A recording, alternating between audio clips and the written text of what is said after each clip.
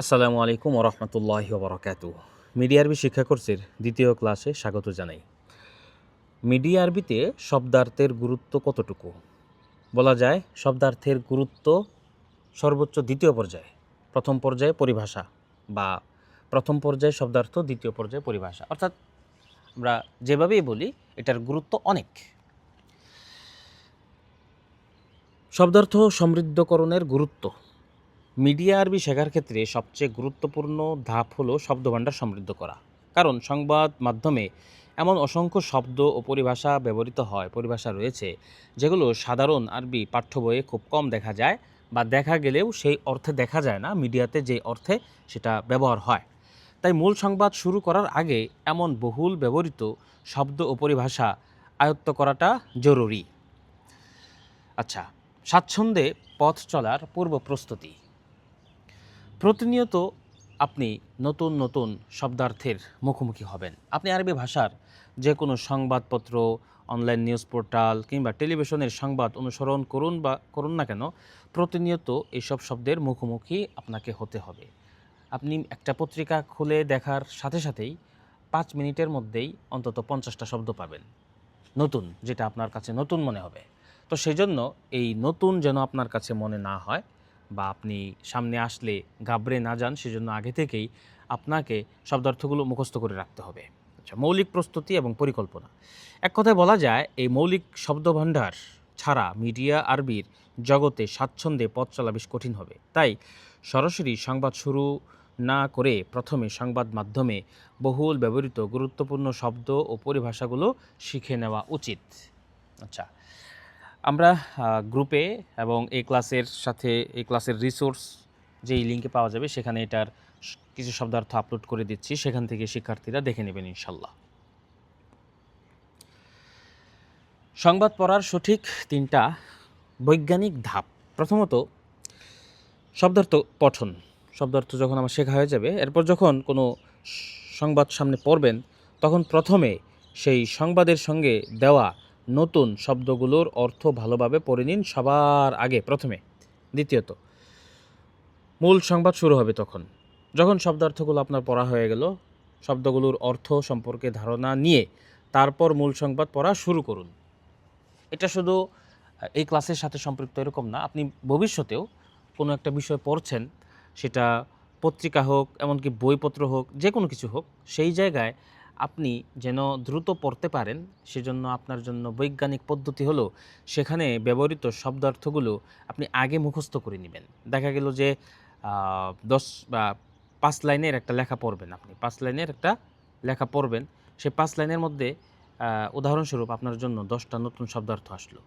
তো সেই পড়া শুরু করলে আপনার মনে হবে যে একটু পরে থেমে যাচ্ছেন। সেজন্য আপনার সবচেয়ে ভালো হয় যদি আগেই আপনি 10টা শব্দার্থ মুখস্থ করে নেন। 10টা শব্দার্থ যখন আপনি মুখস্থ করে তার 5 লাইন পড়া শুরু করলেন, দ্রুত পড়তে পারবেন এবং পড়াটা মজাও লাগবে এবং আপনি বুঝতে পারবেন। আচ্ছা, তৃতীয়ত যখন আপনার সংবাদ পড়া হয়ে গেল তখন সেটা বোঝার চেষ্টা করবেন।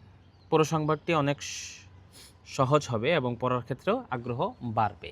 তাহলে কী ধাপ হলো? প্রথমে সংবাদে ব্যবহৃত শব্দ অর্থগুলো আপনারা পড়বেন, মুখস্থ করে নেবেন, তারপর মূল সংবাদটা পড়বেন, তারপরে সেটা আপনি উপভোগ করবেন। আচ্ছা, অনুবাদের অভ্যাস বনাম নিজের চেষ্টা। যেহেতু আমাদের প্রোগ্রামগুলো বিগিনার শিক্ষার্থী বা মিড লেভেলের শিক্ষার্থীদেরকে উদ্দেশ্য করে সাজানো হয়েছে, সেজন্য আমাদের সংবাদগুলোতে হরকত যেমন দেওয়া থাকবে, পাশাপাশি বাংলা অনুবাদও দেওয়া থাকবে। তবে আপনি সবসময় যদি অনুবাদের উপর নির্ভর করেন, অনুবাদের দিকেই আপনার যোগ বেশি থাকে, খেয়াল বেশি থাকে, তাহলে কিন্তু আপনি ক্ষতিগ্রস্ত হবেন, খুব বেশি লাভবান হবেন না। সেজন্যই শুরুতেই আপনাকে অনুবাদ বর্জন করতে হবে। আপনাকে আগে নিজে নিজে বোঝার চেষ্টা করতে হবে। আমাদের কোর্সটিতে বিভিন্ন প্রয়োজনের কথা বিবেচনা করে প্রতিটি সংবাদের সঙ্গে বাংলা অনুবাদ যুক্ত করা হয়েছে। তবে শুরুতেই অনুবাদের দিকে তাকানোর অভ্যাস করবেন না। একবার যদি আপনার এই অভ্যাস হয়ে যায়, পরবর্তীতে দেখবেন আপনি শুধু সেই সংবাদের মজাটা বোঝার জন্য বাংলা অনুবাদ পড়ে শেষ করে ফেলেছেন। বাংলা অনুবাদ যদি পড়ে সংবাদটা জানতে হয় তাহলে বাংলা মাধ্যমে অনেক আছে। আপনি তো এখানে এসেছেনই আরবি সংবাদ মাধ্যম যেন বুঝে বুঝে নিজে নিজেই পড়ে প্র্যাকটিস করতে পারেন। আচ্ছা, একাধিকবার পড়তে হবে। একবার বুঝেন নাই তো আরেকবার পড়েন। প্রথমে নিজের ভাষা জ্ঞান ব্যবহার করে সংবাদটি বোঝার চেষ্টা করতে হবে। প্রয়োজনে একই সংবাদ একাধিকবার পড়তে হবে। অনেক সময় প্রথমে যে বিষয়টি অস্পষ্ট মনে হবে, দ্বিতীয়বার বা তৃতীয়বার পড়লে সেটি পরিষ্কার হয়ে যাবে। যেহেতু আমরা প্র্যাকটিসের জন্যই শিখছি, সুতরাং দ্বিতীয়বার পড়লে আমার খুব বেশি সময় নষ্ট হবে না, বা এটাকে সময় নষ্ট মনে করা যাবে না। সময় নষ্ট হচ্ছে না, জিনিসটা আপনি শিখছেন। তৃতীয়ত, অনুবাদের সঠিক প্রয়োগ। একাধিকবার পড়ার পরেও যদি কোনো শব্দ, বাক্য বা অর্থ বুঝতে অসুবিধা হয়, তখন অনুবাদ দেখবেন। এরপর অনুবাদের সঙ্গে নিজের বোঝাটা মিলিয়ে নেবেন, যে আপনি একটা জিনিস বুঝেছিলেন, এই অনুবাদে কি আছে, আপনার বুঝটা অনুবাদের সাথে মিলল কিনা। আমরা তো যথাযথ সাধ্য চেষ্টা করব অনুবাদটা যেন শব্দের সাথে মিল রেখে হয়। ভাব অনুবাদ এখানে উদ্দেশ্য থাকবে না, কারণ ভাব অনুবাদ দিয়ে আপনি সঠিক বিষয়টা উপলব্ধি করতে পারবেন না। সেজন্য আমরা চেষ্টা করব ভাব অনুবাদ দিলে অথবা ভাব অনুবাদ না দিলেও শব্দের সাথে মিল রেখে শব্দানুক অনুবাদটা এখানে দিয়ে দিতে ইনশাআল্লাহ। আচ্ছা, এই পদ্ধতিতে নিয়মিত অনুসরণ করলে আপনার শব্দভাণ্ডার যেমন দ্রুত সমৃদ্ধ হবে, পাশাপাশি তেমনি আরবি সংবাদ বোঝার দক্ষতাও ধীরে ধীরে অনেক বৃদ্ধি পাবে ইনশাআল্লাহ। তো আশা করছি আপনি এই নির্দেশনাটা পরবর্তী ক্লাসগুলোর জন্য মেনে চলবেন এবং এভাবে প্র্যাকটিস করবেন। এভাবে প্র্যাকটিস করলে আপনি একটা কাঙ্ক্ষিত লক্ষ্যে পৌঁছতে পারবেন ইনশাআল্লাহ। আল্লাহ তাআলা সকলকে তৌফিক দান করুন। আসসালামু আলাইকুম।